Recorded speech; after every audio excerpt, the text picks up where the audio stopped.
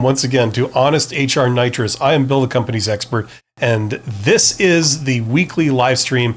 I actually do it a couple of times weekly, where it's just a Q&A. So this is your chance to ask me anything, preferably related to careers and job search, and I will do my best to answer your question. If you have been a subscriber to my channel for any amount of time, get in the chat. If you're seeing my beautiful face, you should see a chat box somewhere in the vicinity of my face, depending on what device you're watching me on. And you can get in there and let me know what you're struggling with, what you're wondering about, and I will do my best to help you out. This episode is called Your Resume Isn't the Problem, Live Job Search Fixes. So this is episode number 70. So that's what we're going to, I guess I could start out by talking about until we get the questions rolling in. I see there are 12 people here so far. Welcome to all my new members. As always, membership has its privileges. Also, special thanks to all my Patreons and my super thanks donors. You guys are awesome. And to you, thank you for being here and interacting. If you are between jobs right now or you are looking to boost your career, let's talk about it and let's see if we can troubleshoot some issues. Okay, so the title is called Your Resume Isn't the Problem. Let's talk about this. Hopefully, like everybody knows, when you're doing job search, there's like basically three phases, right? You got the application phase, and then you've got the interview phase, and then you've got the offer phase, right? Or stage, if you would prefer. Stage 1 is the application, stage 2 is the interviews, stage 3 is the offer, okay, and the negotiation and all that. So your resume, basically that's a document that you're going to be including with your application. Its sole purpose is to get you an interview. Once it gets you an interview, it's no longer about your resume. Don't be fooled by the fact that they may ask you questions, by looking at things on your resume. That's all they know about you in the interview. But the interview is not about your resume. It's not about your technical skills. It's about who you are.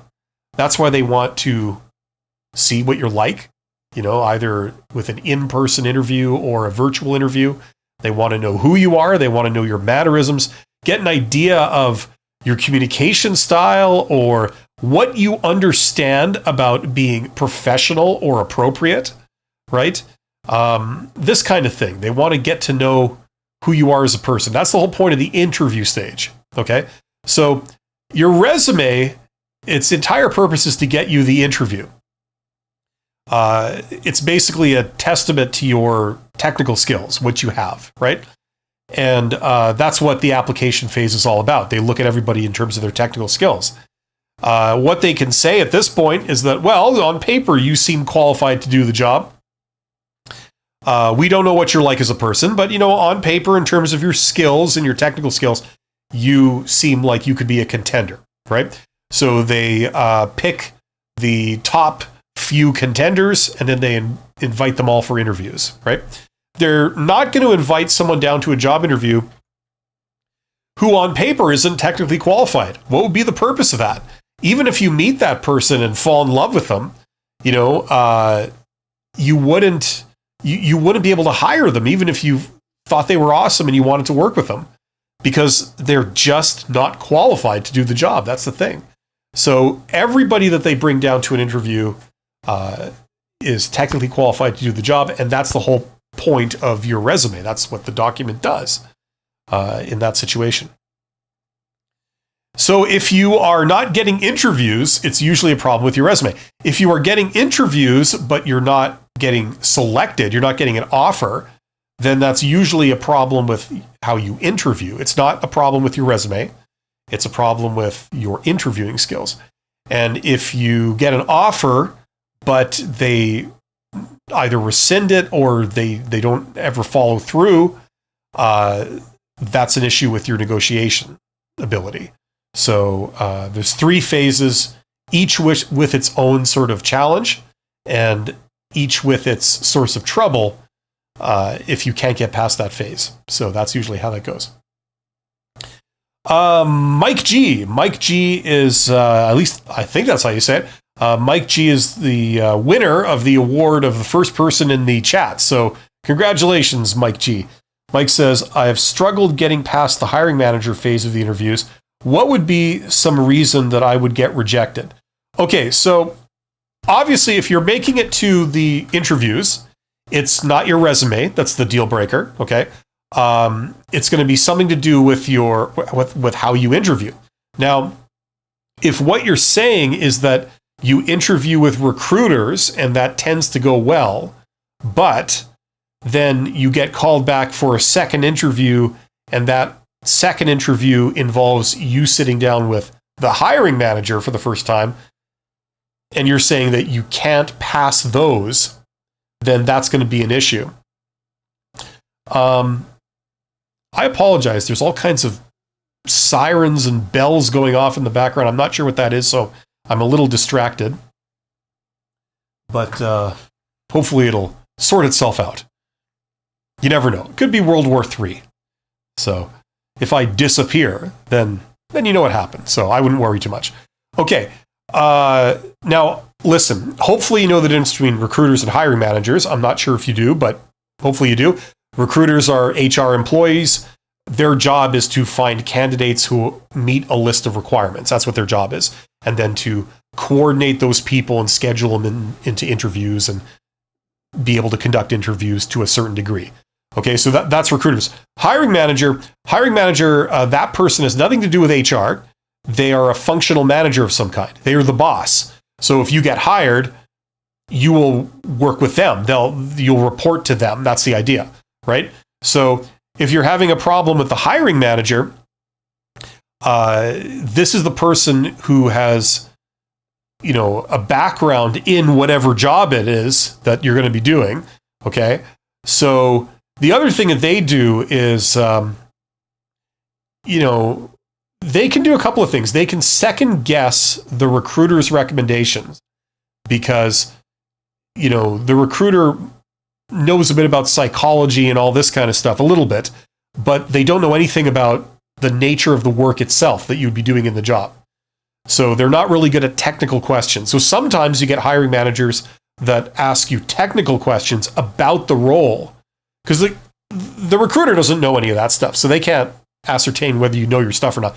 But the hiring manager might want to go into depth and say okay, you say that you're a qualified bookkeeper. Well, when you do your ledger, how do you input the transactions? Things like that, right? They'll ask you technical stuff.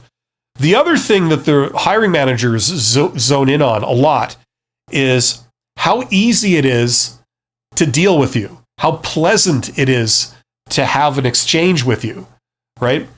The idea being that if you get hired, the recruiter sort of buggers off and you usually don't see them ever again. The hiring manager, now you're dealing with them on a daily basis, right? So the hiring manager has to live with whatever decision they made on who to hire. It's very important to them on a personal level, right? So you could be technically qualified, but if it's not fun to deal with you, you guys just don't click. You have totally different communication styles. Maybe one of you is extremely literal, the other one is extremely intuitive. It's going to lead to some issues. So they tend to be more tuned into that stuff. Okay. And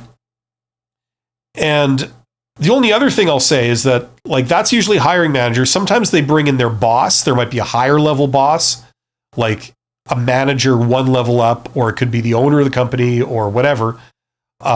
They tend to care more about attitude and ambitions than they care about technical skills. They care about enthusiasm and the ability to learn new things and just general attitude. That's what they care about the most. So hopefully that helps. Knowing who you're talking to can help know, or at least make educated guesses as to what things they're going to be tuned into more than others. So hopefully that makes sense, Mike G. That's a really good question. And I hope that we figure out what the issue is so that you can get hired already. McKinley says, I had an interview and got denied, but then they called me and offered me another position. I still took it. Okay, awesome. My Eyes Are Blind says, been a long time follower. Enjoy your content. Well, thank you very much. I'm glad it's helping. Currently looking for work, and on my 8th different company I've interviewed with. Oil field is super tough right now. Hopefully luck turns around. My eyes are blind. When the business is in a downturn, okay, I know I talk about this a lot, but I talk about it a lot for a reason. If you're not doing this already, tune into the hidden job market. Like most jobs that are posted are not posted. They're hidden. Okay, you won't find them by doing a public internet job search. They won't show up because there is no posting for it. The job exists in the mind of the hiring manager. They know they have to hire someone, and the way these things work is the first there's a sort of progression of when a hiring manager realizes they need to hire another person for their team, like their work group, okay, their department or whatever it is. The first thing they do is they think, okay, let me back up. They need to find candidates, right? So where they find those candidates, there's kind of a progression, right? First place is they think, who do I know that could do this, that I'd want to do this, and are free right now? And sometimes they know of such a person, right? In which case, the easiest and most straightforward thing for them is to just call them up and say, hey, why don't you come down? I'd like to talk to you. We might have an opportunity. I don't know. But I just want to I thought we could maybe have a conversation about, see if you're interested. Something like that, right? That's the easiest thing to do. Now, let's say the answer is no. They don't know anyone like that, okay? So now they move on to sort of stage 2, okay?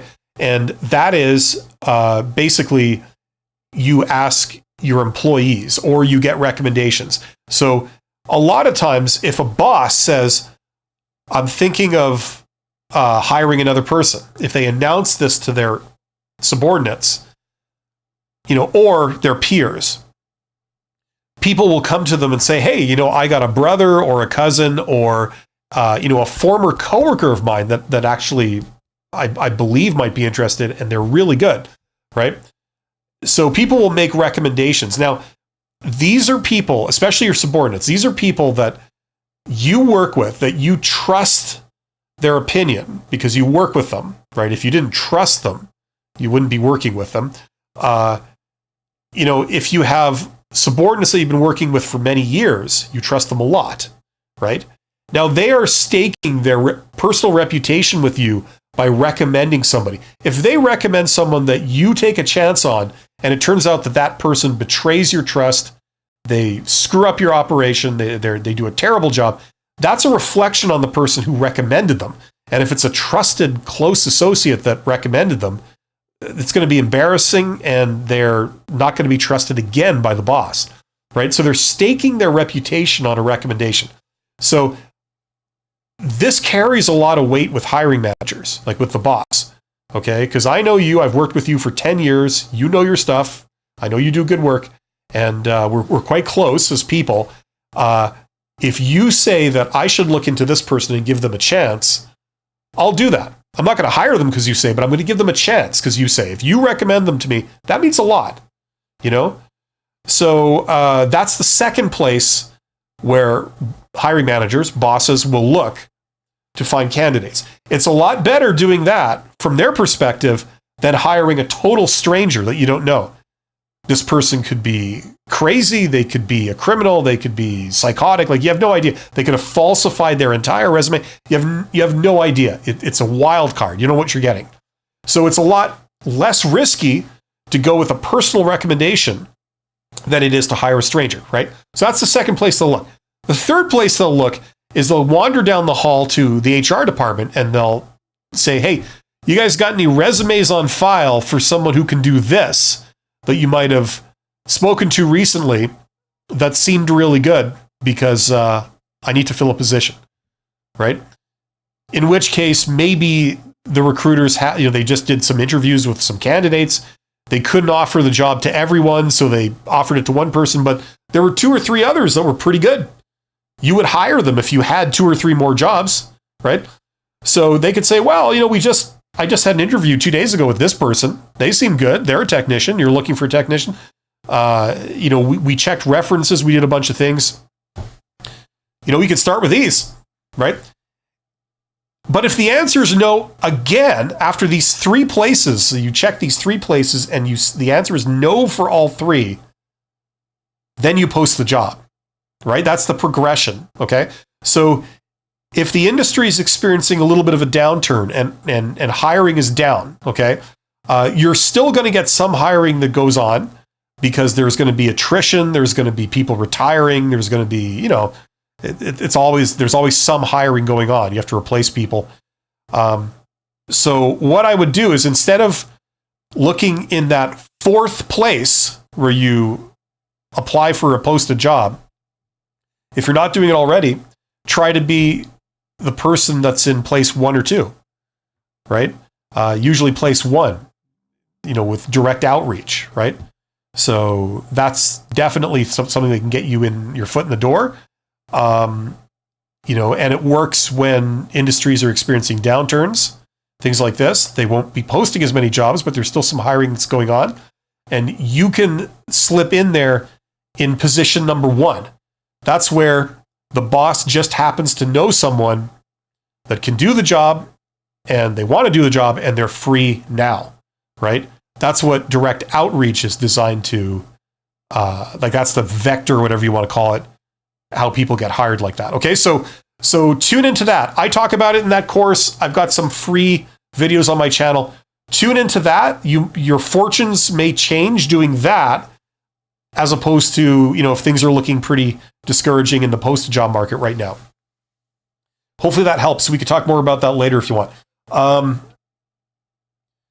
So that was my eyes are blind. So best of luck to my eyes are blind in the oil field. Kiwi Magician says, I have technical skills gained from a computer science degree, but sucks at talking, possibly from being too introverted. Kiwi Magician, I got news for you. First of all, I'm not a therapist. I'm not a psychiatrist. I'm just a dude who's had some experiences, and I'm also a introvert, and I also have a similar degree. I've got an electrical engineering degree. Yeah, okay, so you might not enjoy talking to people or talking to new people all the time, and you might not do it for fun.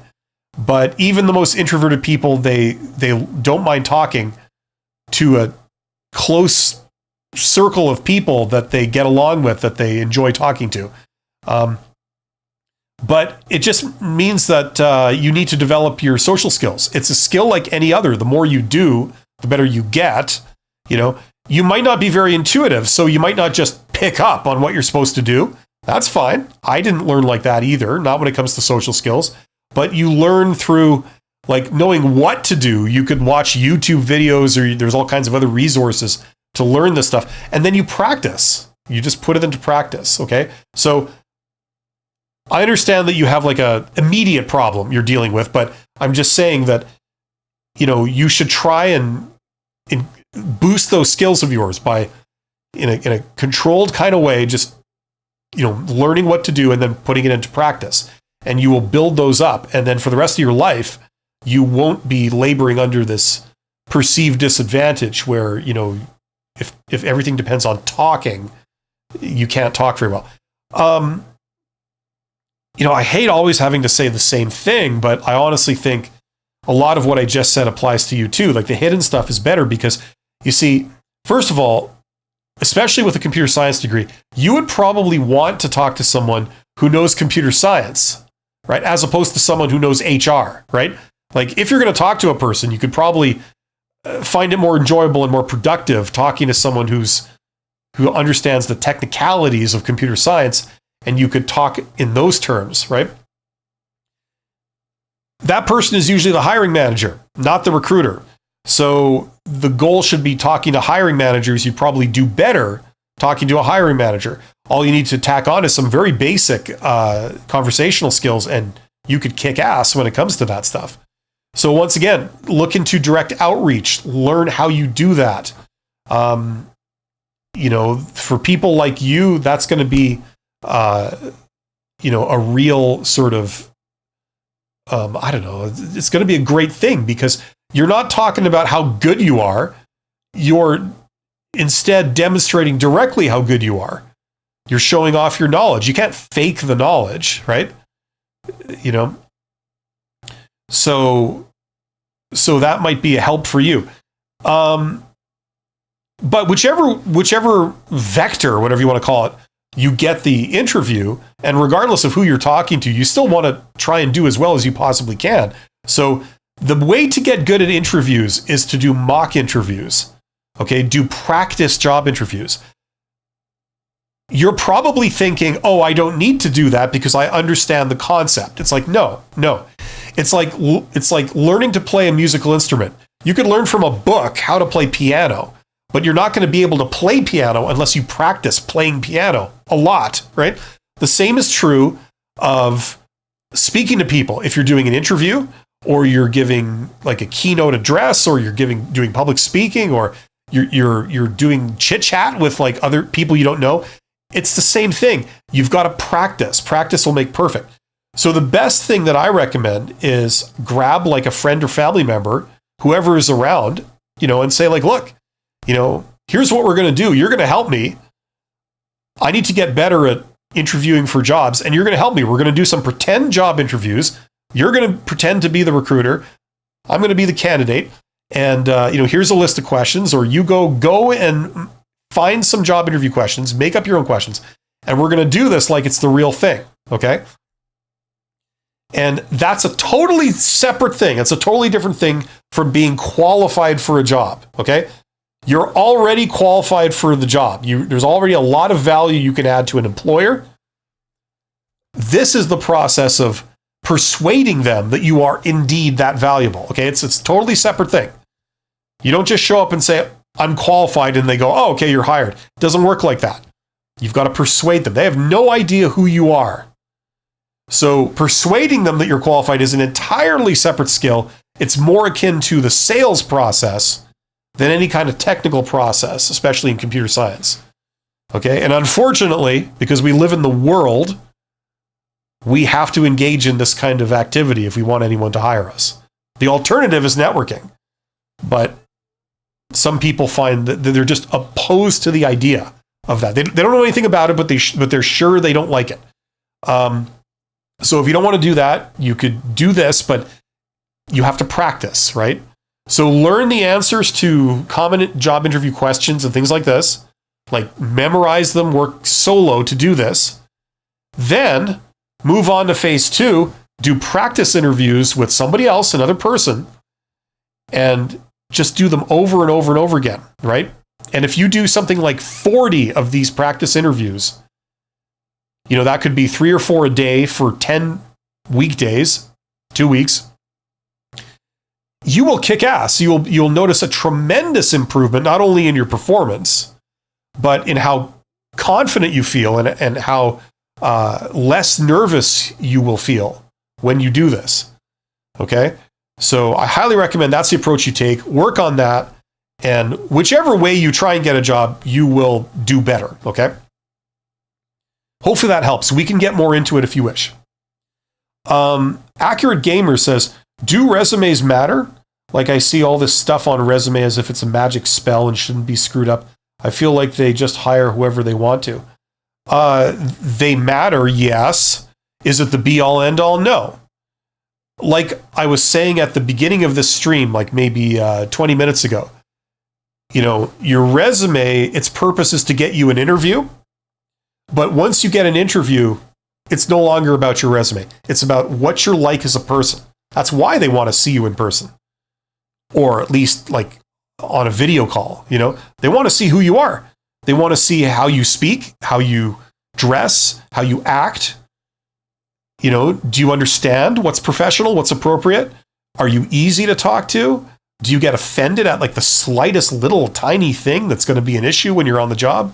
Like this stuff, believe it or not, this is the stuff that makes or breaks employees. Like why some employees work out and others are let go because you can't work with them. It's this stuff. It's not the technical skills.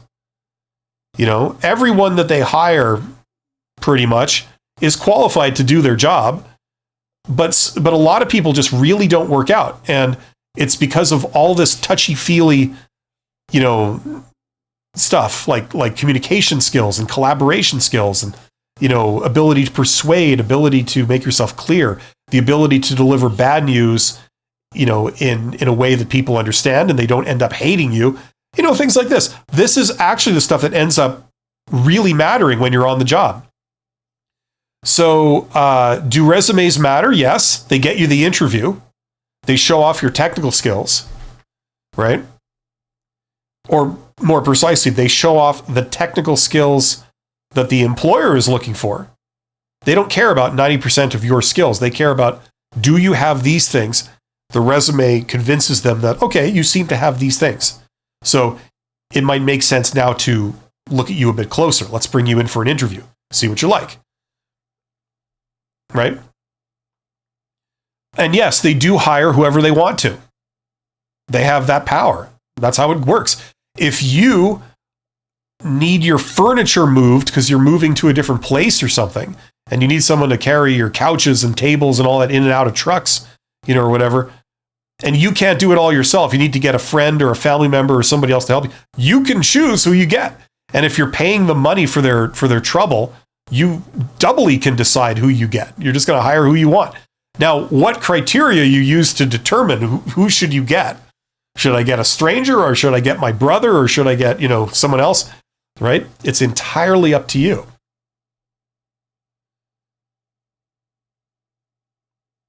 They can put a lot of care and intelligence into that process, or they could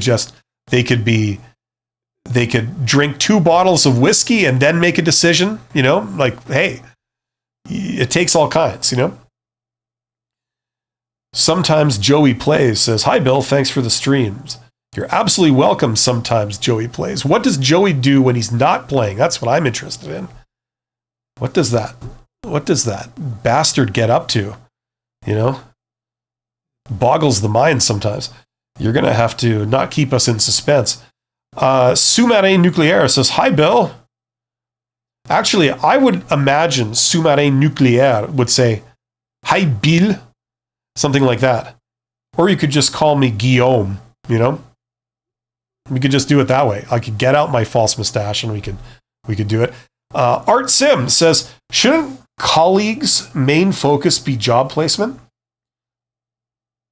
Okay, like colleges. Sorry, I read that wrong. Shouldn't colleges' main focus be job placement? I don't see this in traditional liberal arts schools. Well, I'm not an expert on this stuff because I'm not from academia, but I do know that there's a difference of opinion on precisely what the purview of the purpose of these places are. In one sense, yes, they prepare people for, the job market. Yes, definitely. That's a big part of it. And I would favor that view, but it's not necessarily the entire reason they exist. I know what you're saying. I think I know what you're saying. A university, it's even more sort of divided because universities, it's also the place where you get human learning, right? The people that have PhDs, the people that are pushing the bounds of human knowledge outward in every area, right? They're making discoveries, they're learning new things that no one else in the world knows. They're the ones that are discovering it and pushing things forward. That's where you find a lot of them, right? And they're teaching that to sort of their proteges, graduate students, stuff like that. Now, yes, those people can go out and get jobs and apply it, but also you're in charge of doing research and learning new things outside of any kind of work in the private sector, right? So there's also that. Colleges, you think, can be more clear cut and clean cut. Fine, clean cut young man that goes to college, right? With his mortarboard hat and a little tassel. You got to move it from one side to the other. It's more focused on preparing people for the job market, particularly in things like the skilled trades, right? If you're in a college as opposed to a university. But I mean, I could get on board with even there. They have other priorities too, like preserving the knowledge, teaching the knowledge for the knowledge's sake, even if there isn't a job this year, for that. So anyway, we could get into that, but that's not exactly my core competency, put it that way. But does that make sense? I mean, that's kind of my understanding of it.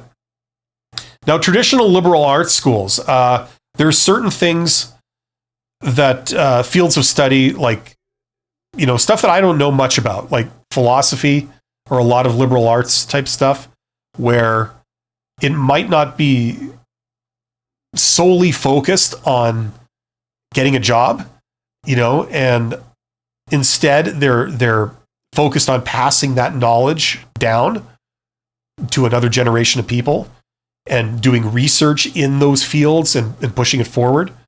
There's not a lot of, traditionally there hasn't been a lot of the same number of jobs in those areas, right? Like think of history, right? It's really cool now that, like, if you've got a degree in history, you could go on YouTube and you could create all kinds of really cool videos about history, and you could make your fortune, doing it. And I think it's incredible because there's definitely an entertainment value to things like history. You could argue the same for fine arts. It might not have a lot of traditional jobs. At least that's the impression I get. I could be wrong on that. But there's an entertainment value in it, and there's a lot of opportunity there for why people would want to learn that stuff. You know what I mean? So I don't know.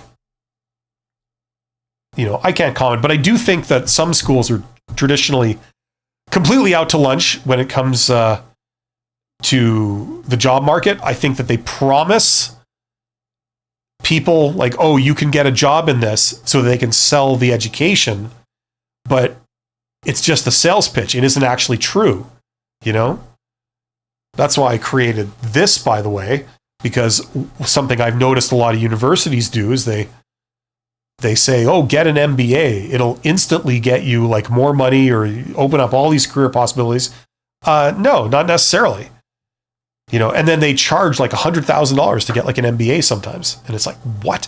It's like this stuff, the knowledge is in the public domain. Why? How can you charge $100,000? It's all based on the illusion of things being different from the way they are. That's why I created that course. So check out that course if you want to learn business. Tran says, is it common practice in HR where they might interview a person just to show as fair and they had a thorough process? Absolutely. There's political things going on sometimes in HR. There's political things going on in every other area, by the way, too. But yes, we also see that in HR. And what I've observed is probably what you guys have observed at some point, which is that they have a job, they want to hire someone for it, and they have somebody in mind. They have a candidate in mind that they want to hire. But for whatever reason, they are forced to, show certain things. Like they're forced to show, oh, we're looking at everybody, when they're not. Oh, it's open to everybody, which it isn't. Things like this. Now, the situations where I've seen that is where the government is involved. And the government will say, okay, we're going to give money to this private company to do a certain thing. But in return, we want to see that you're following some of our policies on hiring and other things. And in that case, it makes sense. Like this is an agreed thing. In exchange for taking our grant or whatever, we ask this in return. Tit for tat, right? Makes sense. So in that case, I agree with it. If you agreed to following their process on hiring, then you should follow it. But normally in the private sector, if you have like you're not getting funded by anybody, you're making your own money. You have to be profitable. And if you're not profitable, you go under. The flip side of that is that, okay, if I'm responsible for being profitable, I'm going to hire who I damn well want. Because if you dictate to me I must hire someone that I can't use or something, you know what I mean? Like that's not fair. Like you're saying I'm responsible for my livelihood, which is fine, but then you're tying my hands in what I can do. Now, we already have the law of the land that applies to everyone, but in addition, you're tying my hands even further. So the problem is this is a very politically charged thing. So sometimes when it's done, it's all done on the down low, you know. You know what I mean? So yes, there's some political stuff. I mean, that's just the tip of the iceberg too. Once you're hired, you know, hello, all the political games people play in companies. I mean, it's mind-boggling. So yes, you get that at every level going on always. And I hate it. I hate that stuff. You can't get away from it, but it's ultimately a bad thing, and people play all kinds of games with this. You're welcome, Kiwi Magician. And Sumare says exactement. Get in the chat. There are 34 people here. You guys are all awesome, by the way. And I know that you're highly valuable, highly employable, and that this is all just temporary. If you're between jobs, it's all temporary. You're going to get hired. Just resign yourself to that fact, okay? The only question is, will it come sooner or will it come slightly later, but still kind of soon? That's the only question. Right? There's stuff you can do. Always. Okay, you have a lot of options before you. A lot more than some people realize. Okay? In how you get hired. So let's talk about it. Get in the chat. I mean, I don't have an agenda. I'm just here purely going off your questions and your comments. So get in the chat. Give me something to talk about. You don't want to see me filling more dead air. I wouldn't wish that on anyone. Okay, Tran says, do you give honest feedback to the interviewer who didn't get the job? It's hard to improve when they don't give feedback. Okay, I don't fully understand the grammar, but I think what you're trying to say is, can you get feedback from the interviewer if you don't get the job? That's what I'm interpreting. I hope that's correct. I hope that's what you mean. Okay. Now, the answer is, for a variety of different reasons, you won't get honest feedback. Okay? You just won't. Sometimes it's like an official company policy, because in the past they might have been sued by somebody where they said to a candidate, oh yeah, sorry, we won't be hiring you after your interview. We'd like to, but we can't because we've already gone with somebody else. And the reason why we didn't hire you was this. And then that person turns around and sues the company successfully and says, you can't hire based on this, or whatever. These are the words of your own employee that told me that they didn't hire me because of this. I have some issue with that. And either it violates the law or there's another kind of thing going on there, in which case I'm going to successfully sue you. So companies have learned over the years, and this is more prevalent, I think, in the United States than where I am in Canada. But, just don't say anything, right? Because if you don't give a reason, people can't sue you for, not hiring them for a certain reason, right? So that's a factor. There's also more personal things going on. If a recruiter is hiring for a job and there's one job and 500 people apply, that means they say yes to one person and they have to say no to 499 people in some way, shape, or form. And when you say no to 499 people, a certain percentage of those people, maybe 1%, 2%, will get very angry. And you want to avoid that. As a recruiter, I understand. You want to communicate the bad news, but it takes all kinds to make a world, and you get people that really, really don't take it well. And you want to shield yourself from the excesses of that as much as possible, right? So that's another reason why they're not going to give detailed feedback. They would rather just ghost you, or they'd rather just not say anything.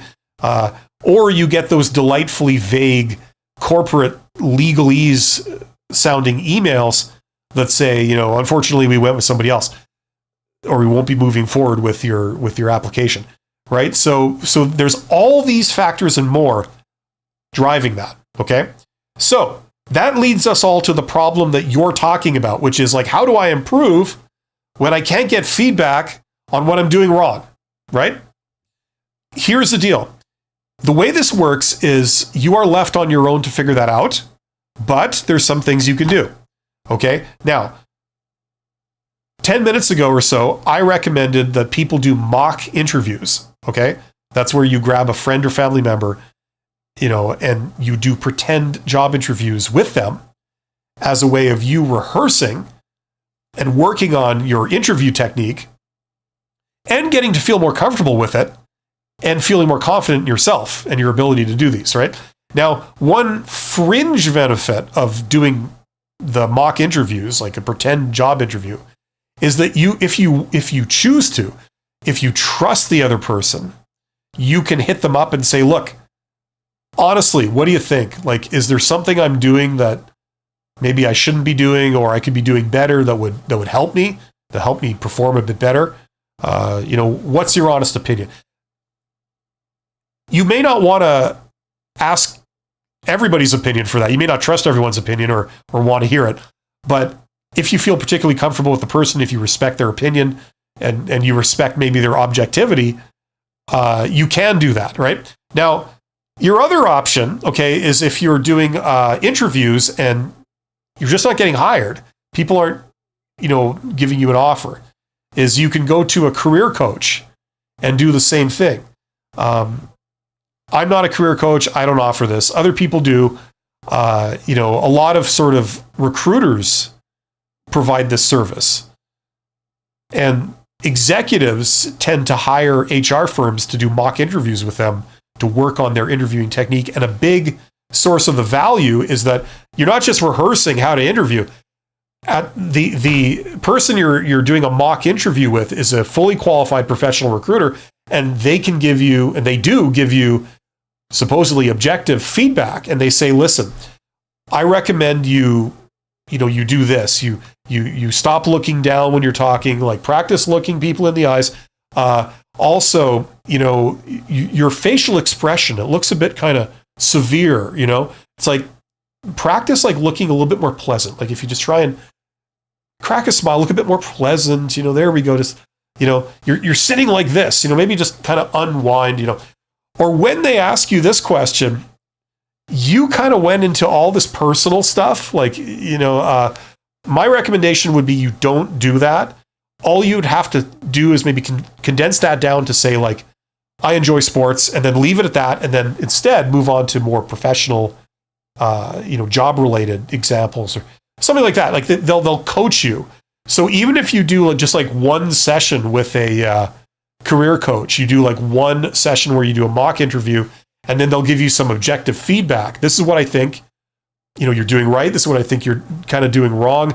Here's my recommendations. And then you can try those out and see if the results of your interviews improve. That's something you can do.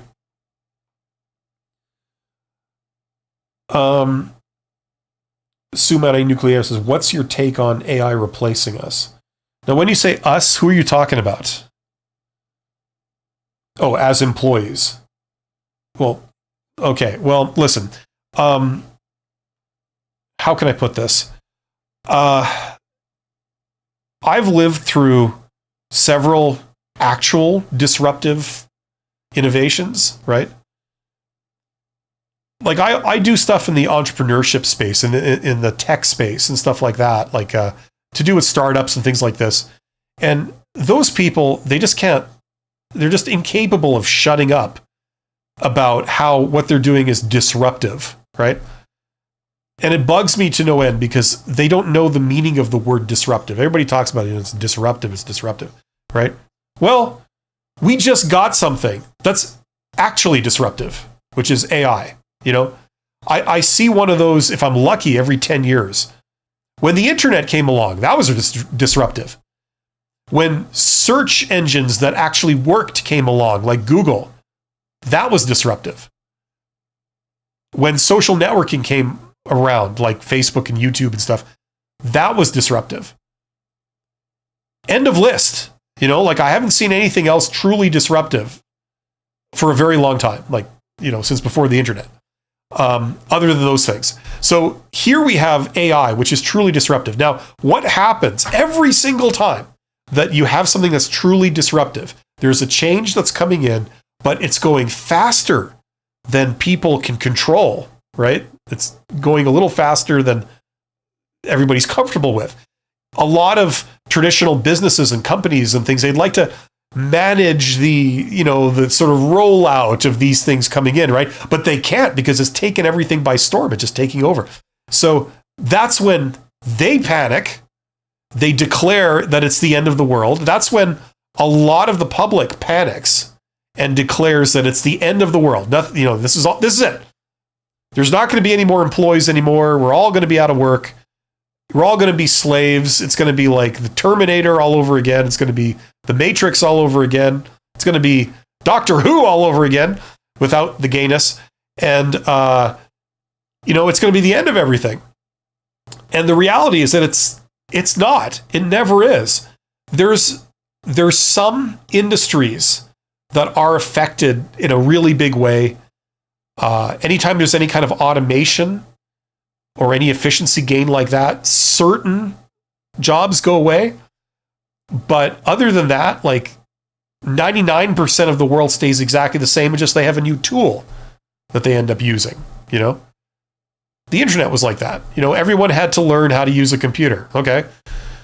But the vast majority of jobs stayed exactly the same. It's just that you learn a new skill at work. You're typing into a computer instead of writing it on a page. Big deal. And a tiny subset of jobs went away, right? That's like AI, okay? AI is really not replacing anybody. It's just a fancy version of autocomplete. It's incredibly useful, does all kinds of amazing things, but it doesn't actually replace anybody really, for the vast majority of people. So that's my take on it for what that's worth. I mean, am I a technology guru? No, I'm not. But that's just, I've seen this same thing happen several times. And every single time you get half the world just freaking out. My favorite was there was somebody, like I think they were a priest or a bishop or a pastor or something, some religious person. And they had this front page, like article in the newspaper that says the devil has come down to earth in the form of the internet, in the form of a box connected to other boxes. That was my favorite. And it was like the end of the world. Like literally, for these people, it was the end of the world. Anyway, there you go. I mean, you can take that for what it's worth. Absolutely nothing. Accurate Gamer says, how do you deal with stupid questions like money expectation? Why should we hire you? Okay, I'm going to say something now that's going to piss you off. It's going to piss you off something fierce. Okay? Yes, these are stupid questions. I agree with you. Okay? But the problem is you have to convince these people to hire you.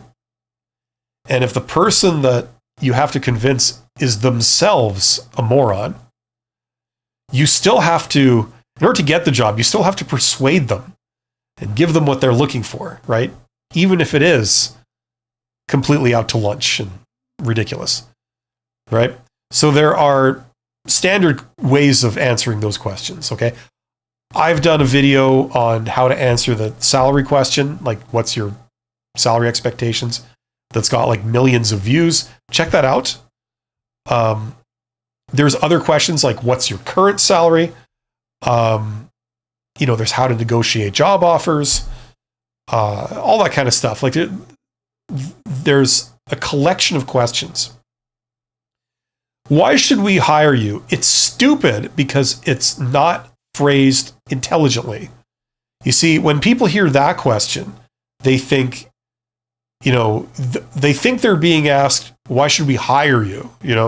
I know you're here, you're here so that we will hire you, but why should we hire you? And then the person says, well, it's so that I can have a job. So because you see, money is needed to buy food and I eat food. Therefore, I need money. Are you with me so far? Okay. Okay, good, because we're going to go deeper here. In order to live, I need money, and in order to have food, therefore I have to have a job. So I need a job. That's why you should hire me, right? That's not what they're asking. It's a very unfortunate way they're phrasing this question. That's the stupid part. What they're actually saying is, listen, we've spoken to several people that are all qualified for this job, just like you are. Okay? Why should we pick you instead of any of them?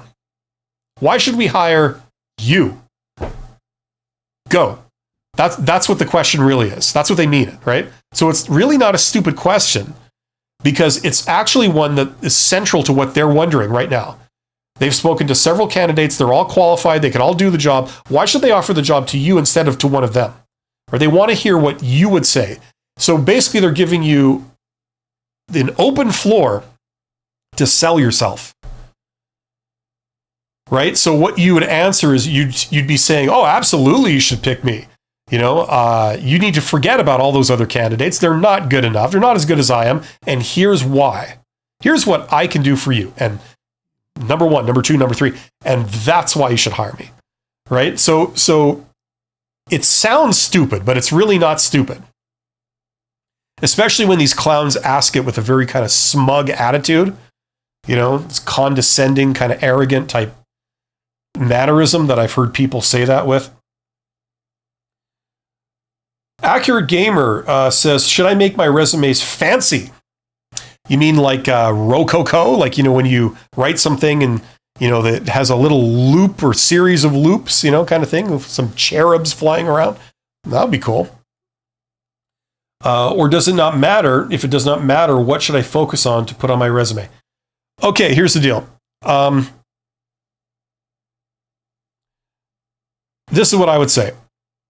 Your resume doesn't need to be visually appealing, really.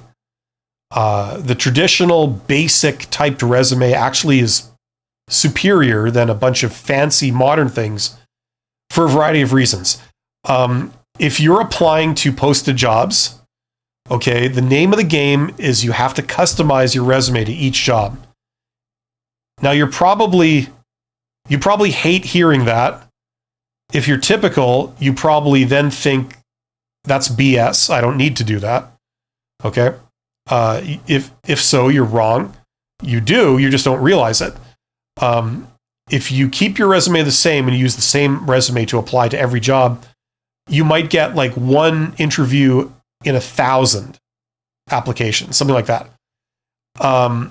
If you customize your resume, you might have a dozen interviews in like 1,000. It'll be a lot higher, okay? A lot more effective.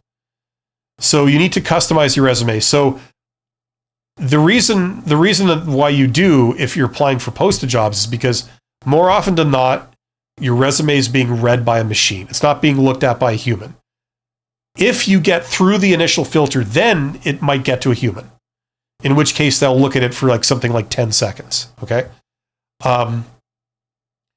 So the name of the game for having a successful resume that gets you interviews is realizing that it's not about you. The resume is not meant to be a record of your past. That's not what it is. Okay? People might think of it that way if they have a tremendous ego or they misunderstand what's going on. That's not what it is. Resume has one purpose, and that is to convince the employer to give you an interview. That's its sole purpose. So if it does that successfully and you get a lot of interviews, great. You might be very proud of it, that it represents you, with all the stuff you're the most proud of. That's great. But in all likelihood, that won't get you a lot of interviews because you think it's all about you.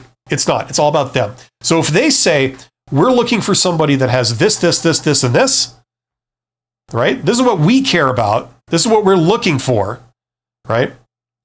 So if you produce a resume and you send it to them and it basically says, look, listen, I have this, and this. That's what's great about me. They'll see that and they'll go, ding, ding, ding. This is what we're looking for. Bring this person in for an interview, right? It's not about you. It's not about all the stuff you'd like to put on there because you're the most proud of them. It's about what they're looking for, right? So if you're using your resume to get you a job and you're applying to posted jobs, that's how you think of your resume, and that's what you do. You tailor it to every job so that it indicates like what you have, truthfully, but it matches, it presents it in terms of what they said they're looking for. Okay? That's why AI is so important to this process, because it's going to be doing the heavy lifting on this. It doesn't write the resume for you. You coordinate AI and you direct it properly so that it takes what you have and it rewrites it in such a way that it is the closest match possible to what they said they were looking for in the job posting. Okay? And that will get you a lot better results. Okay? So I don't know if that qualifies as fancy. It probably doesn't. It's probably the opposite of fancy. It's a very basic format, but very clear and speaks directly to what they said they were looking for. That's how you should do it. Of course, people do use resumes for different reasons. If you're some big shot executive, you might have a resume written by a custom resume writer like I once had, where you drop 4 figures to get them to like write you a resume. And then when they do, they've created this masterpiece that completely represents you, and you don't want to touch it. You don't tweak it. But you don't use that to apply to posted jobs.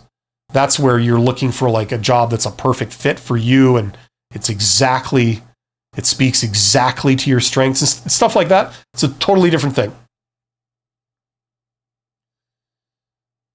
Jolly Heretic says, what's your opinion on job agencies? They're okay. They serve a purpose, but they're certainly not the be all end all.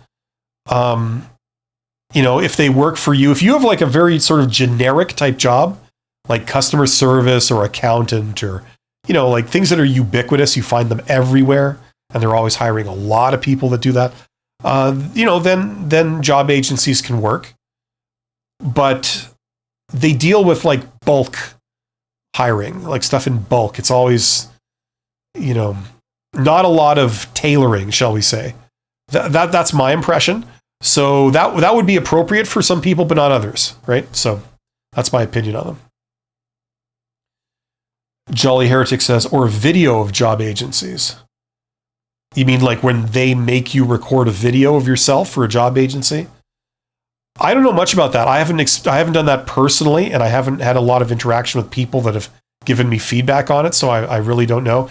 They're trying to push for a new type of interview nowadays where you don't do the video in real time. Instead, you record videos of yourself, and then the videos go to the employer and they can watch it at their convenience or not, The idea behind it is driven by, they don't want to sit through an hour-long job interview if they've decided in 2 minutes that they're not going to hire you because there's something that they just don't like that they're seeing. You know what I mean? So that way they can watch the first 2 minutes of your videos and then not watch the rest, and it's even more efficient for them. I mean, the question is, how far can you go down this rabbit hole of maximizing the efficiency for them, right? Before people rebel against it. And most people don't get jobs like this. 80% of people get hired in the hidden job market. If you don't believe me or this is new to you, go do your own research. This is what you'll find. Most people don't get hired by sending in a resume to a recruiter. So, you know what I mean? Like, it'll just push us even further to people going around these HR processes rather than conforming to them. A Kita says, any tips for whiteboard interview? Mine is not entirely a technical role, and I only have 50% of what they're looking for. Do I take a hypothetical case and practice out loud? I'm sorry, A Kita, what is a whiteboard interview? That's a new one on me. Is that where like they give you a marker and a whiteboard and you have to do like a case study or a problem or something? Is that what that is? There's always these like flavor of the month trends in recruitment and selection. None of them really last. So I'm just wondering, is that some new thing? If you could let me know, I'd be happy to respond. McCanna Lani says, AI is here to augment or enhance one's work, similar to spell check. We have to learn how to use it to better ourselves. Absolutely. It's not something that, for the vast majority of people, it's not something that's going to replace you. It just enhances you. You know, like you said, just like spell check has spell check replace. There is a few jobs that spell check has eliminated. You know, but for the vast majority of people, spell check is no threat to your job. So I agree. Someone says, any advice for someone who has done many interviews but hasn't received any responses or job offers? Well, the suggestion is you need to improve your interviewing skills. Your resume is not the problem because it's gotten you the interviews, right? Your ability to do a job application is fine. But, you know, once they get you into an interview, if they never give you an offer, that suggests if there is a problem, it's your interviewing technique. So like someone asked earlier in this stream, they basically asked the same question. The answer is to work on your interviewing technique. How can you do that? Well, the number one thing that I'd recommend is doing mock interviews with a friend or family member. So phase one is you learn by yourself. You learn common answers to job interview questions. You figure out what you're going to say in response to those questions, behavioral questions. You memorize all that, right? That's the first step. The second step is then you rehearse. You do mock interviews, pretend interviews. You can hire HR firms that will do this with you. You can hire career coaches on the internet that will do this for you. I'm not a career coach, so I don't provide that service. But a lot of other people do. Or you could do it on the cheap. Get a friend or family member that's just hanging around and say, here's what we're going to do. We're going to do some pretend job interviews. You're the interviewer. You're going to interview me, and we're going to work on this. And you do it exactly like a real job interview.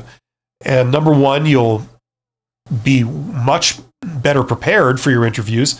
Number two, you'll feel a lot more confident in doing your interviews, because when you've done 40 mock interviews and then you do a real one, you've been asked the questions like over and over, forwards, backwards. You know what you're doing. You feel a lot more confident. And thirdly, you can get feedback from the person interviewing you. So if there's a friend or family member that you trust, you can say, listen, how am I doing? Do you have any recommendations? If there's something I could be doing better, you know, what do you think? Right? People pay career coaches to do this. You do one session with a career coach, you do a mock interview with them, they can give you that kind of feedback, and you're talking to a professional recruiter, right? You know, so these are things you can do to work on your interview technique. Watch videos about how to do job interviews. Like I have a couple on my channel. There's other resources everywhere. So just work on that. Job interviews are about what you're like as a person. It's about how charismatic you are, how likable you are. So that's the stuff to learn. They end up hiring the person they like the most. Of all the ones that they spoke to, all of those people were technically qualified to do the job. They just pick the one that they like the best, and that's what they go with. That's usually how it works. So learning how to be likable is very important. I've done a video on how to be likable. There's a lot of other resources out there too. So learn about that stuff and work on it, and you know, you should be okay.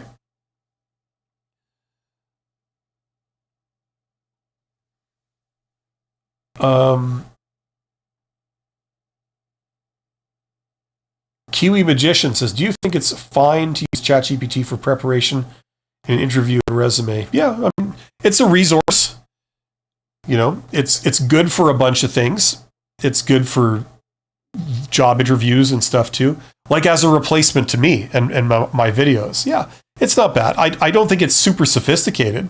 But for like, certainly for people starting out, absolutely, it should be able to help you with the basic stuff, no problem. Keeping in mind, of course, it's not a person. Like it's better to do a practice interview when you're sitting across from a real person. Number one, it's a better rehearsal for you because there's an actual person there. You feel nervous, right? Number two, they're not going to respond the way ChatGPT is. They're going to be looking, you know, at your body language and, you know, stuff like that, right? So, it's not quite the same thing, but it is definitely a resource. Macalana Lanny says, is being overqualified still a legit thing? I had one interviewer say their biggest concern was how long would I stay in that position they can retain me. It continues. What advice do you have for a candidate wanting to relocate? Okay, you're asking a bunch of different questions. Overqualified never was a legitimate thing. It's just, it's more of a modern thing, and it's used to smooth over a whole bunch of different reasons why they don't want to hire you. Some people have connected it to the ageism thing. Yes, that's one thing that might be going on there. The other thing, it's connected to the salary thing.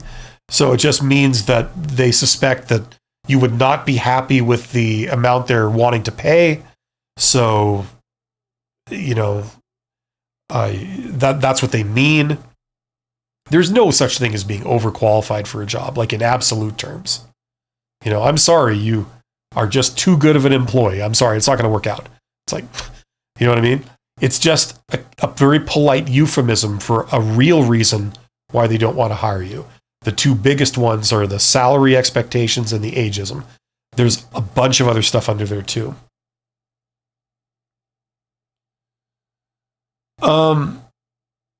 And by the way, don't trust anything a recruiter says when they give you feedback. 99% of the time they don't give you feedback. And then when they do, it's almost always false. Or it's incomplete. They're not telling you the whole story. Going off getting feedback from employers is not really a thing. You just can't. It just doesn't work like that. You have to get your feedback through other sources. Like, that's why we talked about mock interviews and career coaches and things like that. Okay. They are not conflicted like employers are. Employers are very conflicted in giving you a real reason why they didn't hire you. It works out really bad for them when they start disclosing stuff like that.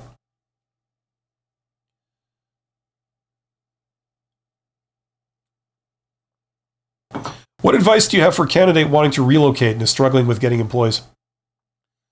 Should it be addressed in a cover letter? No, you need to have an actual dialogue with them about this kind of stuff. That's important.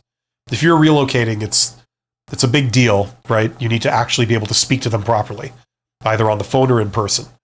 Okay? That's how you do that. It's not a question of whether that should be in a cover letter or an email. It's like, no, it doesn't matter. You need to resolve some issues and get questions answered. You know what I mean?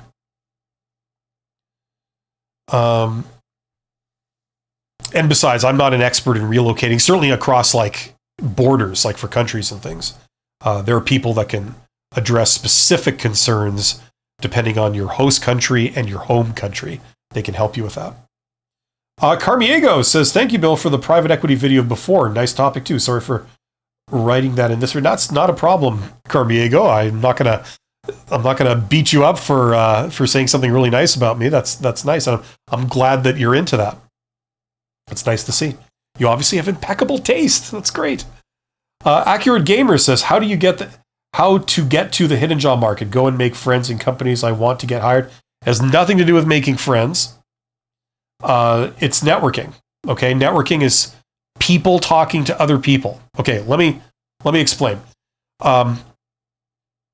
Let's say, I don't know, you have an apartment, okay?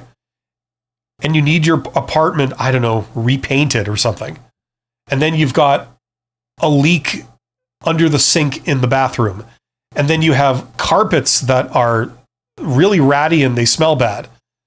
So that means you're going to need to get a plumber, you're going to need to get a carpet installer, and you're going to need to get a painter of some kind to help you, right? Now, you could ask me and say, Bill, I don't understand. Like, am I just supposed to go out and make friends with painters and plumbers and carpet installers? Like, is it all just nepotism? These people, some people just happen to know those people, and, I have a neighbor that got their carpets done, and I just figured, it's because they're their brother doing a favor for them. I don't understand why that person can't do carpets for me. It's just I don't happen to have a carpet installer in my family. It's all like nepotism, it's all favoritism, it's all cronyism, and it's unfair. Right? This is what some people think. Now, you and I both know it doesn't work like that. In the old days, you'd get out the yellow pages, you'd look under carpet installers. Okay, here's a carpet installer. There's like 5 to choose from. I don't know, this one is located near me. So you pick up the phone, you say, hi, yes, listen, I'm calling because I understand you guys install carpets. I have an apartment, it's this size, I need some new carpets. Do you think you guys can help me with that? Right? And they do it, right? I then call a plumber, I then call a painter, right? Now, do I know those people? Do I just happen to know them? No. Right? But I am networking in the sense that I am making contact with them and I'm initiating some kind of transaction, right? There's a way to get a job called direct outreach where this is exactly what you do. You have employers around you, employers that employ people that have the same skill sets as you. So let's pretend that you are a professional painter. Okay, that's your skill. You went to trade school to learn how to paint. You could paint any type of material, whether it's metal, it's drywall, it's hardwoods, it's exotic hardwoods and ivory and with mother of pearl inlays and all kinds of other horrible bad taste things. You can paint them almost any color and get any desired effect. Like you're a master painter, right? You arrive in a city. You need to get a job. Who could possibly employ you? Well, probably someone who needs some high-level painting done, right? So maybe you get out the yellow pages and you look at all the construction companies. Maybe you see that there are 15 paint companies in that city. You could start with them, right?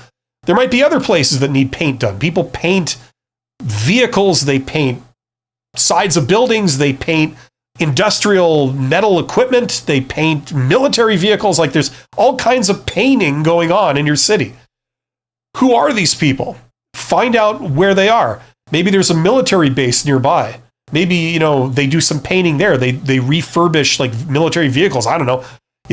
It's like you call them up. And in this day and age, you don't have to physically call them up on a telephone. You could send a message to them for variety of different means. And you say, listen, here, I'm a master painter. I do this, and I can get you any effect you want. Now, listen, I don't know if you're looking for a painter right now, but if you are, I'm here and I'd like to work for you. So if you are looking for a painter now, look no further. Give me a call, this number, let's talk, that kind of thing, right? It's basically that idea, right? That's how networking works. Okay, this whole thing of like, I'm just supposed to know a person that happens to be right there that has a job of this nature right now. Do you know what the statistical odds are against that? Even if you knew like 10,000 people, chances are you wouldn't be able to find a job right now within commuting distance of where you are. That specific job right now, even if you knew 10,000 people in your city, you probably wouldn't be connected to someone who's hiring for that at this moment. You know what I'm saying? You get it through direct outreach, by a targeted outreach. You don't know the person. You have a very specific reason for initiating that communication. You're not trying to make friends. You're not trying to push anything on them. You're just communicating and saying, listen, if you're looking for this, I can do that for you. Okay? If you are, you know who to call. If not, that's fine. Have a nice day. It's very simple, very straightforward. That's the simplest form of networking. If you learn how to do this, that can open up so many options for you, because most jobs are not posted. They don't need to be, because they're not having problems finding people that want to do that job. It's only when you can't find someone. Maybe you tell it to your employees, you tell it to everybody you know, and you still can't find someone because nobody wants it. That's when you post it. That's usually how that works.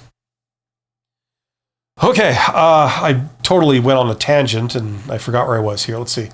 What advice do candidates want to relocate? Thank you. Private equity.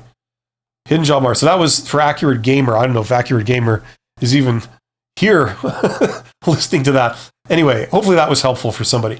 A. Kita says, yes, on whiteboard interviews, mostly for technical roles, coding on a whiteboard. Okay, so goal is to solve a problem and lay out each step. Okay, so they're basically getting you to demonstrate some of your skills. Personally, I like those interviews. Instead of sitting down where you're unable to demonstrate anything for them, and instead you have to talk about how wonderful you are. Personally, I like the interviews where they get you to demonstrate, oh, you're good at this? Like, this is what you're here for? Okay. Show us. And I'd be like, okay, with pleasure. Here, let's get into it. They give you a problem, or they give you an open floor, right? The last time I did that, I think, was like nearly 10 years ago, where I went back to academia to be a teacher in university. They said, like, oh, you're here for the teaching thing. It's like, okay, well, teach us a lesson. Teach us like a 5-minute lesson. You want to teach business? Pick a business topic, go. And I was like, awesome. And I felt I did a great job. I much prefer that than like having to talk about how you're wonderful. I think a lot of introverts, a lot of technical people would like that, would prefer that type of interview. So, assuming you know your stuff, that should be a good thing, I would think, Kita. My role is not technical, so more on problem solving and communication, as opposed to think out loud. I'm not entirely qualified for role plus. Listen. Okay, even if it's like not your core competency, just like get on. I mean, probably the easiest possible thing to do would be to get on ChatGPT, do a crash course in it, learn the basics of it. Maybe go watch a couple YouTube videos of people actually doing it if it involves communication and clear, clear communication involves like a number of steps, whatever. Just do that. And, hopefully one of your traits is that you're highly trainable. For most jobs, they require that to some degree. You have to be able to learn new things on demand, right? Think of this as just like that. It might not be your core competency. Doesn't mean that you can't, handle a lesson on it or explain how you would do it. So I actually think that would be a good challenge. It's less psychology, more actual skills involved in it. So I think that would be I think a lot of people would prefer that type of interview. The one kind of area maybe, might be that if you're doing this in front of a bunch of strangers and, you're not on your own turf and you're a little on edge, you're out of your comfort zone, you might get nervous, your mind might go blank. The solution to that is to rehearse, is to practice. Preferably in front of somebody else, like a friend or family member.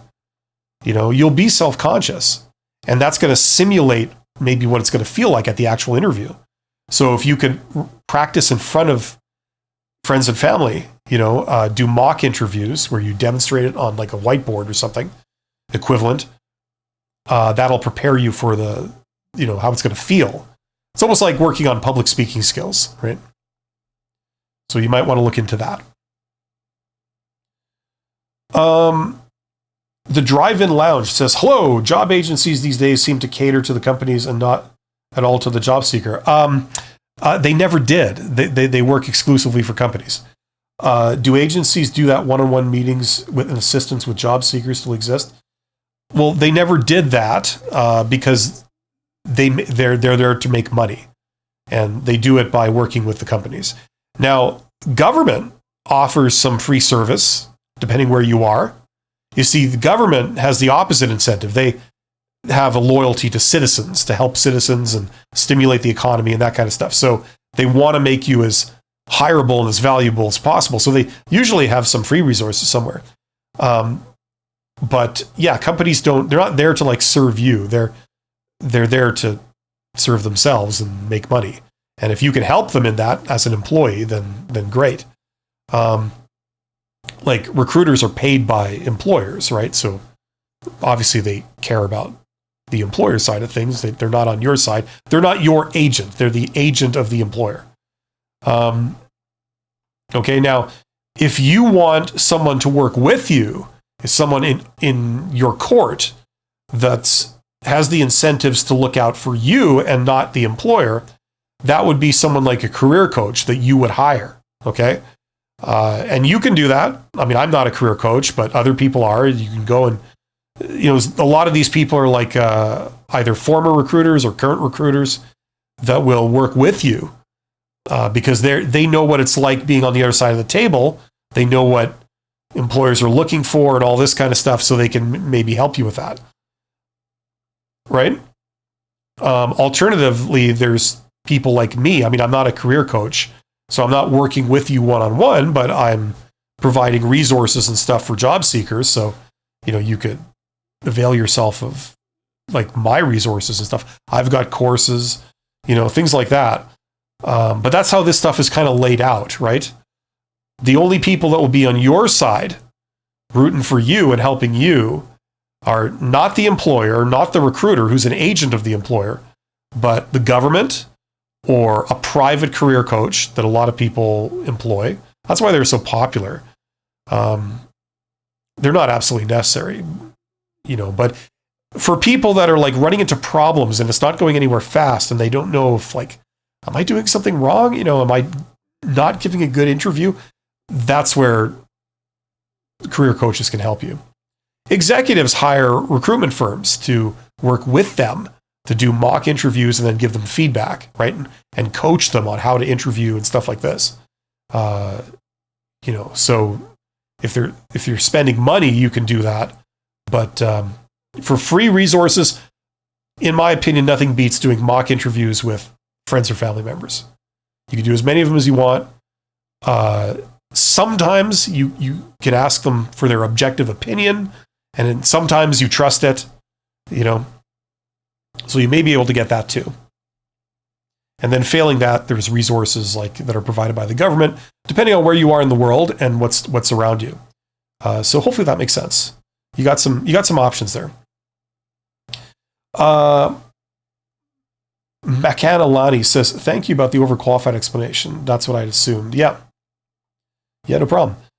Danielle Jones says, how can I network better in person? I met a plant manager who requested my resume. I sent it. He didn't respond. I saw him a few days later at a Chambers event and he was standoffish. I felt awkward. Okay, so this is a huge topic. It's hard to just get into it because there's a lot of principles that are all stacked on top of each other. That's why I have that course, by the way. Like I put all the stuff into that course. It's all there. I can put it into a course. It's hard to explain it all in like 5 to 10 minutes. Okay. Where to begin? Basically, when you're discussing a job, okay, with, say, a hiring manager, it's very hard for them to then sort of have a conversation with you the way a friend would have, right? Like, for example, imagine you live in a house and someone knocks on the door and it's someone trying to sell you something. It's a door-to-door salesperson, okay? And they're trying to sell you brushes or whatever door-to-door salespeople sell. I don't answer my door, so I don't know. And, but the person is trying to sell you brushes. They've got brushes with them in a suitcase. When you open the door, they said hi, and then they gave you a pamphlet. It's all about brushes. But then the person says, well, I'd like to just have a conversation with you as a friend. Now, do they want to be your friend? Would you treat them like you just met someone on the street and you had a casual conversation as an acquaintance, maybe possibly loosely as a friend, right? Would you treat them the same way? Would that be the nature of the relationship? No, because they've already made their intentions clear that they are trying to persuade you to buy their brushes. So anything else they say, most people would mistrust it and say, you're just trying to butter me up. It's just a tactic. You don't really care about me. You're just trying to get me to buy your brushes, So I mistrust everything you say when you say you want to be my friend and we just talk casually about movies and sports and the weather. You know what I mean? So that's kind of what's going on here, right? So if you're looking to have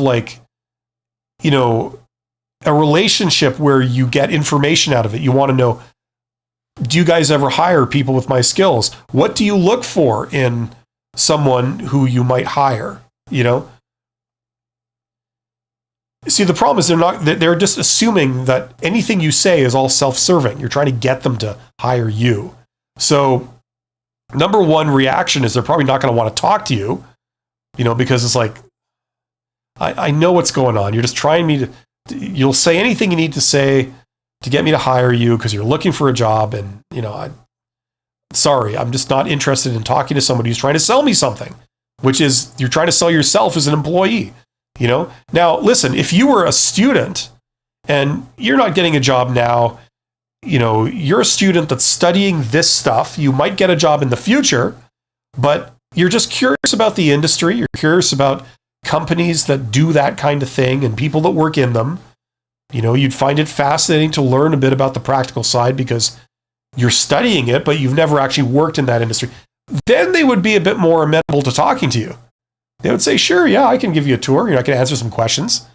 Would you like me to show you around the place? Like, yeah, it's not a problem, right? They'll be more open to talking to you because they don't believe that you have some ulterior motive. You understand what I'm saying? Good God, excuse me. I got a very dry throat.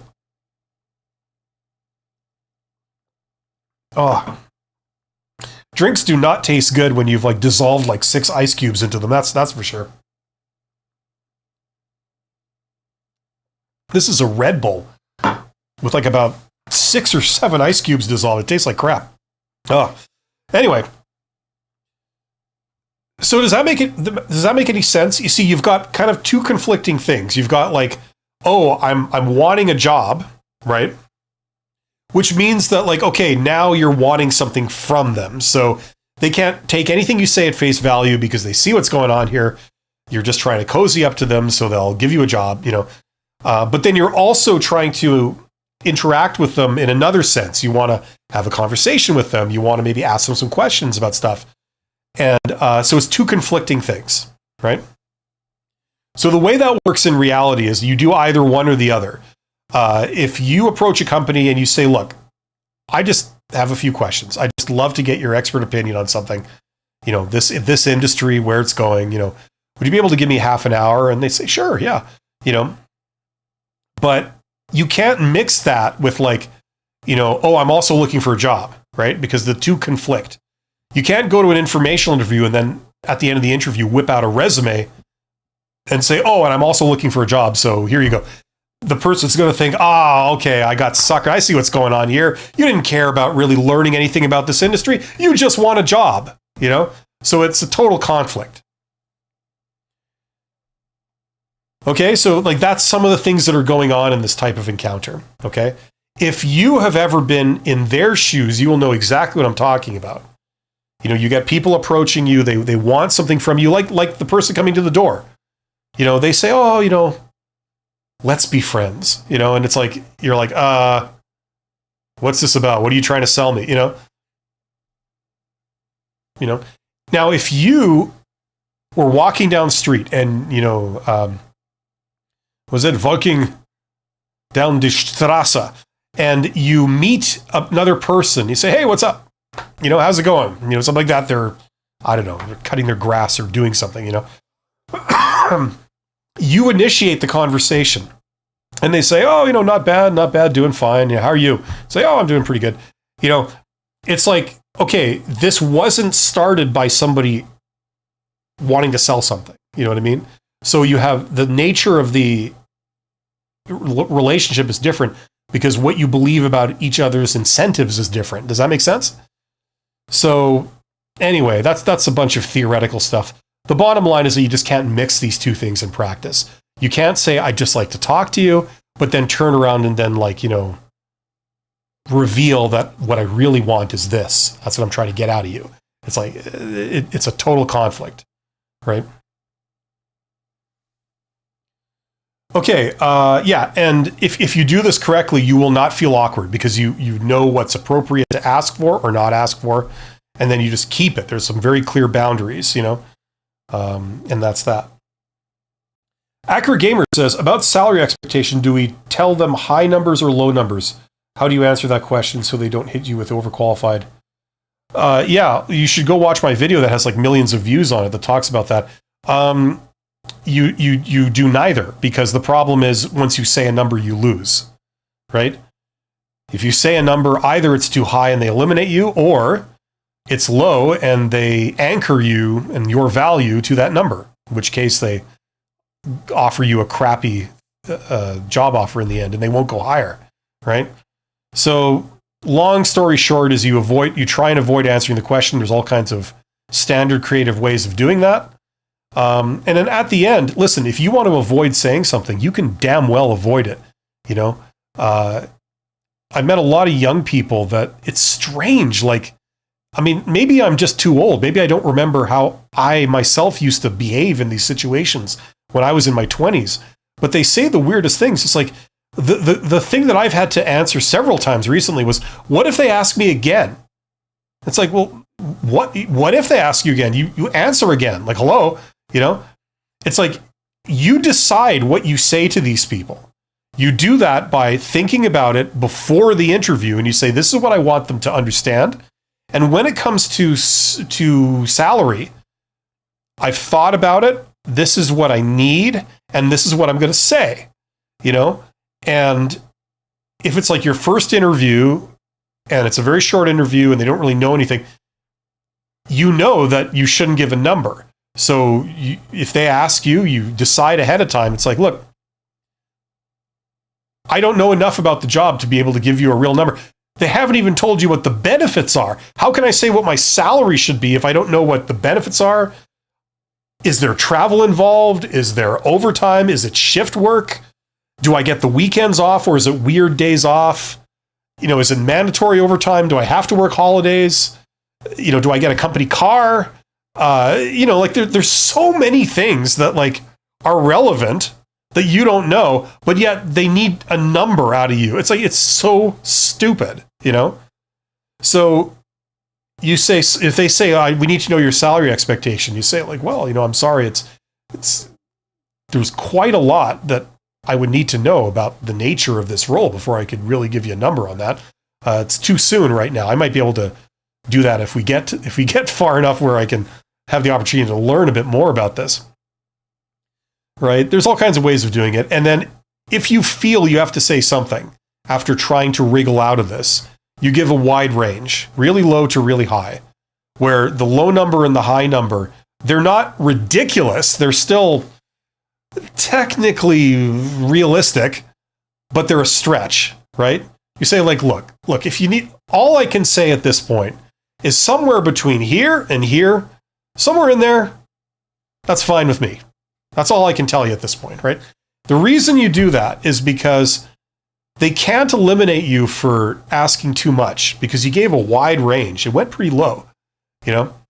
But then it really opens up the door to ask for more later when, you know, you negotiate, if you get that far. Because he didn't say, you know, you would agree to a small number. You know what I mean? It keeps the door open on these things. Go watch that video to get a much better explanation of that. And that's how you handle it. It's a very delicate question. Hopefully that makes sense.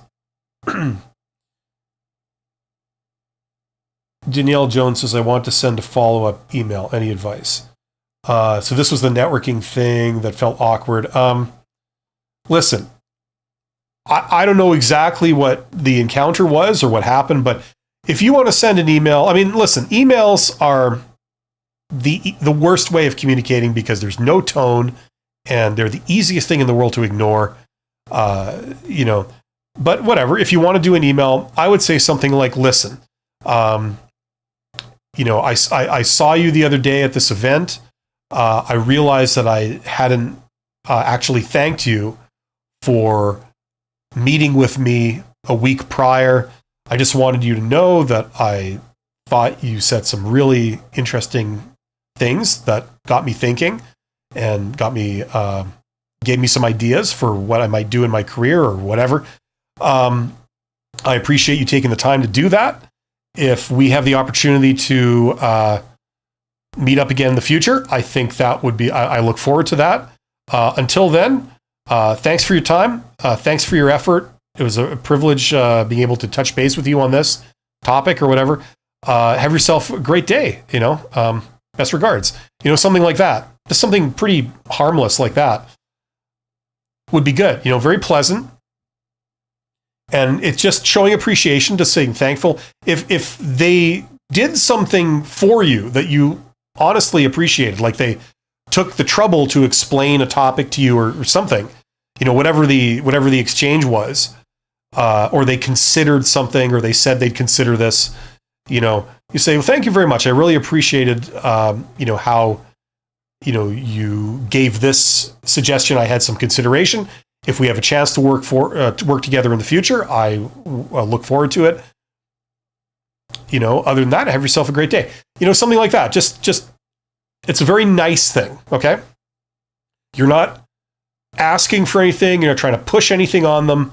It's just a very positive, pleasant thing.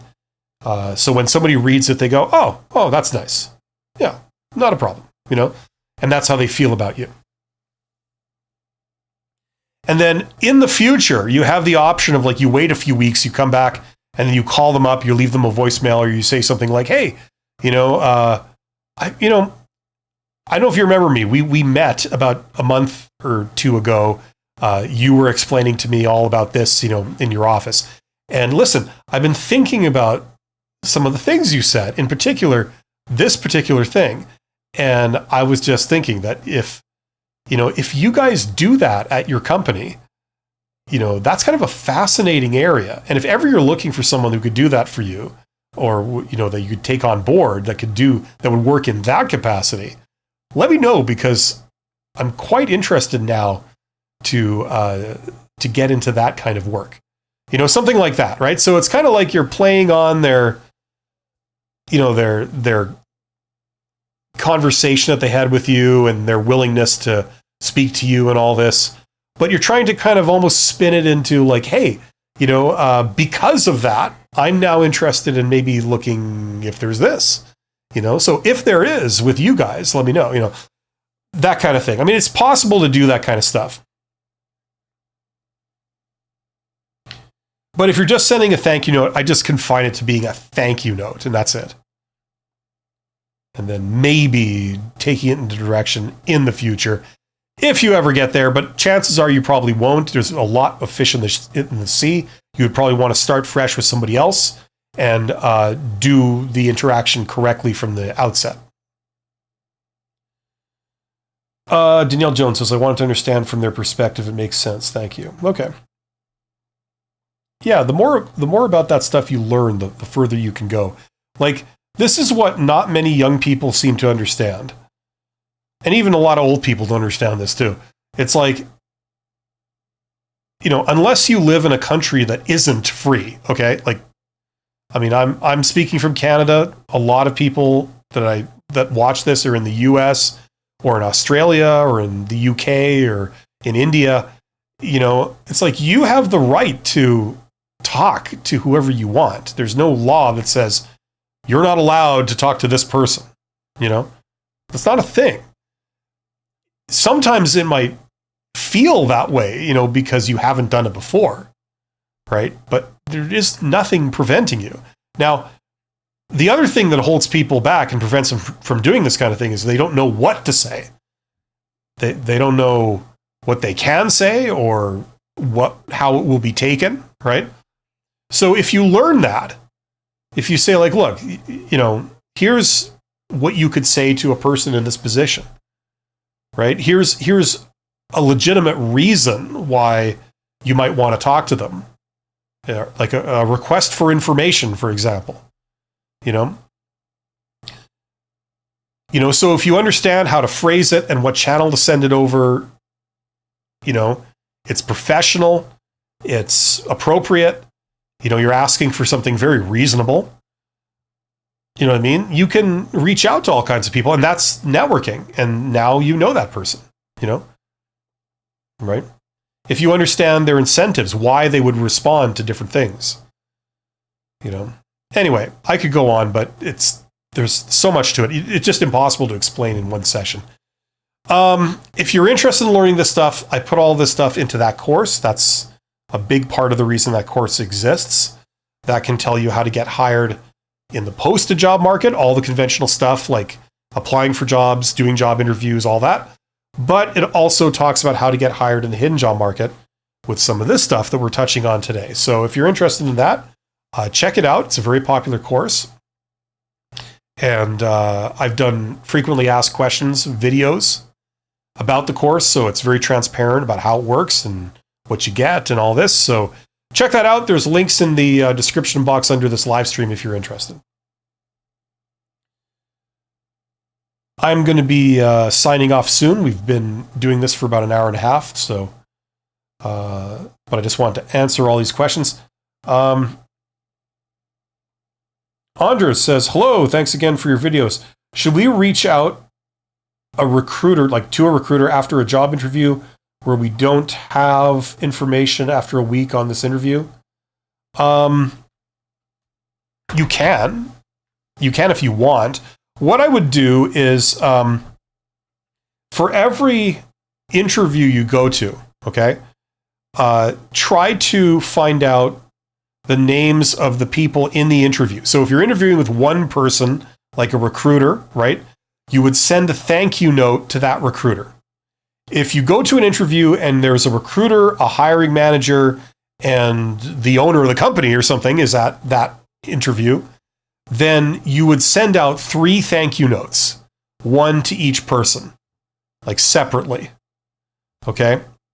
Now, unless you're getting like 5 interviews a week or more, where this starts to we're talking about a more significant workload to do this, then fair enough. But unless you're getting like, an interview a day or something, that's what I would recommend. Send a thank you note to every single person who interviews you.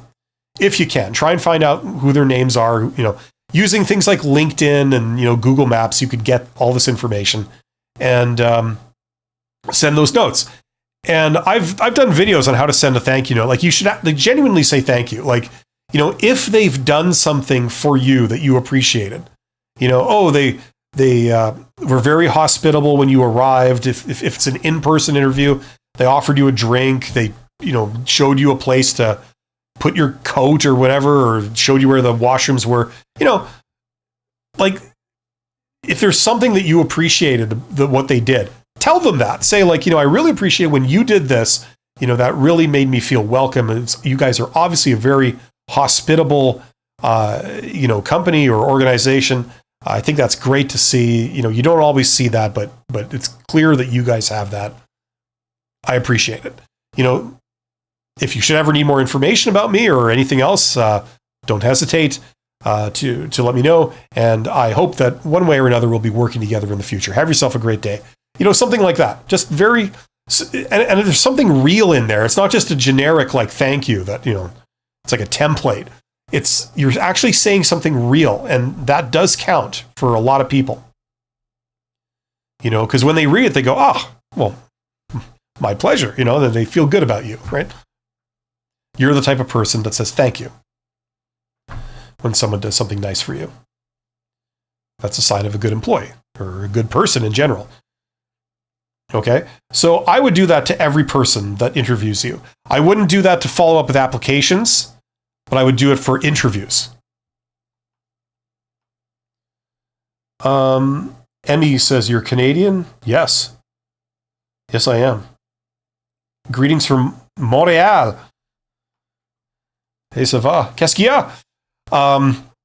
Right on, yes. We have to stick together sometimes. Okay, that's the end of the questions. Once again, check out my courses if you want to go deeper, especially the getting hired thing. If you want to improve your career, you want to climb the ladder, you want to be regarded as a contender for management positions, that thing is something you should check out. How to cultivate some above average communication skills that are also the communication skills that are needed to be like mid-level manager, executive level manager, all that kind of thing. If you want to learn business, check that out. Best bang for the buck anywhere. I also talk about entrepreneurship in different live streams, private equity in different live streams. So, that's more of the business kind of stuff. If you're an entrepreneur, you want to do a side hustle, that kind of stuff, you want to learn business, check that out. Best bang for the buck. And I will be back on Monday. So if you have more job interview questions or questions about getting hired, that kind of stuff, I have a live stream on side hustles in the morning, and then in the afternoon in North America, I'm here answering questions. So there you go. Have yourselves a great weekend. Always remember that you're highly valuable, highly employable, and that being qualified for a job is not the same thing as being able to interview and get the job. Totally different skill set. This is the sales process. You're selling yourself. Totally different thing than being qualified for a job. That's why there's highly qualified people that aren't employed, and there's some not so qualified people that are employed. There's your evidence to demonstrate this. So learn the skills necessary to get jobs. And even if you venture into things like networking and stuff, even if you're an introvert like me, it can really, really do great things for your career and open up a lot of opportunities. So everything you can learn in that direction is going to benefit you. So I encourage it. Have yourself a great weekend. Do something fun this weekend. Force yourself to do something fun, regardless of how you feel. You need to take care of your mental health when you're between jobs. And you can be all the more potent next week when you get back into this stuff. I'll see you soon. Take care of yourselves.